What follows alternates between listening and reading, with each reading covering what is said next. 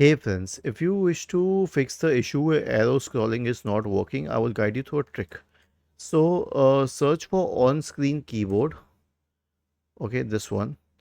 And if the scroll lock is on, which it would be on in most of the cases, it would be in blue, turn it off and make sure that it is gray or the same color as all other keys.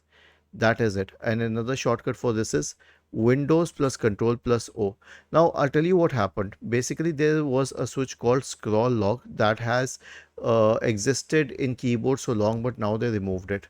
Now, if your if your scrolling is locked, then to unlock it, you would have to press the function key with a specific function key. But you may not know which one it is, so you can use this short trick, which is easier. Was this helpful? If yes, then please subscribe to the channel. If not, then let us know in the comment section of the video on how we could help you further. Thank you for watching this video and have a nice day.